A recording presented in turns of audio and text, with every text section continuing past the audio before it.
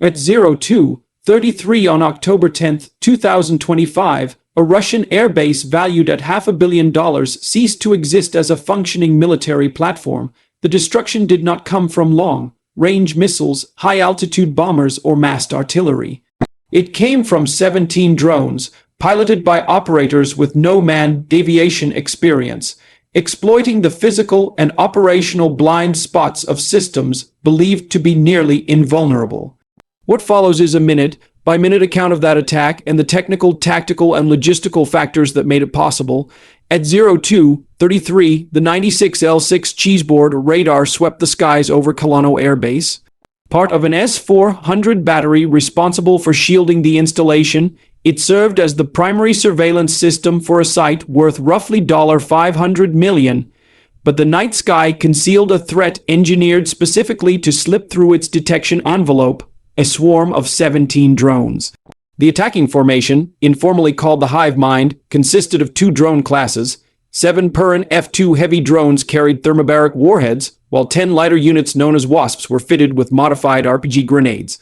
Cobalt, the swarm leader, piloted one of the Peron F2s.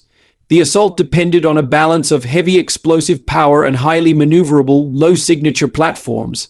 Battery status was critical. The swarm had 41% power remaining, about 20 minutes of flight time. Any delay or navigational error risked mission failure. All drones held a fixed altitude of 25 meters, exploiting the radar horizon created by Earth's curvature. At that height, the cheeseboard radar could only detect objects within roughly 20 km. It could track ballistic threats in the stratosphere, but low-flying carbon fiber drones virtually vanished from its view. Each Peron F2 cost about $15,000 to assemble, and each Wasp roughly $5,000. Their airframes were 3D printed from carbon fiber composites in improvised workshops around Kiev, often built by volunteers who previously produced toys and model aircraft. The cost asymmetry was stark. A swarm worth under $150,000 was about to strike a base worth hundreds of millions. Control of the swarm was decentralized. Instead of a single computer, each drone had its own human operator linked by commercial video transmitters. Russian electronic warfare could disrupt individual links, but there was no single point of failure to collapse the system. Coordination, improvisation, and timing were the deciding factors. At 02:40, Cobalt issued the command, "Start, Spider." The linear formation dissolved. The 7 Peron F2 heavies surged forward as the spearhead. The 10 Wasps split into east and west flanks, forming a 120-degree attack arc. This saturation forced defenders to react across multiple vectors simultaneously. Kalinó's S-400 battery included 4 launchers carrying 40, 848 and 6 missiles, and 2 Pantsir-S1 short-range systems. The 96L6 cheeseboard rotated every 12 seconds, while the 92N6 fire control radar calculated engagement solutions. Each Pantsir could engage a maximum of 4 targets at once. At 02:41, Sergeant Antonov, operating one Pantsir system, observed 17 faint returns at 28 km. Radar specifications limited effective engagement ranges depending on target size. Standard aircraft could be targeted at 15 km, missiles at 10 km, but small drones with a radar cross-section near 0.05 m could only be reliably tracked inside 5 km. The swarm would remain nearly invisible until the very last moments, advancing at 180 km/h across a 4 km front. The drones closed the distance quickly. At 5 km, Antonov's engagement window opened, roughly 100 seconds before impact. Each missile required at least 13 seconds from acquisition to detonation. With only 12 missiles loaded and a 5-minute reload time, sustained defense was impossible. The first missile fired 12 seconds after lock-on, but its proximity fuse failed to register the drone's minimal signature. It detonated uselessly. Antonov took manual control and targeted a larger Peron F2. The second missile connected, destroying one drone but consuming 25 crucial seconds. At 3.5 km, 70 seconds remained.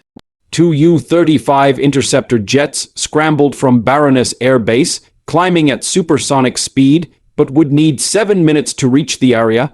The second Pantsir opened fire, launching missiles at 3-second intervals.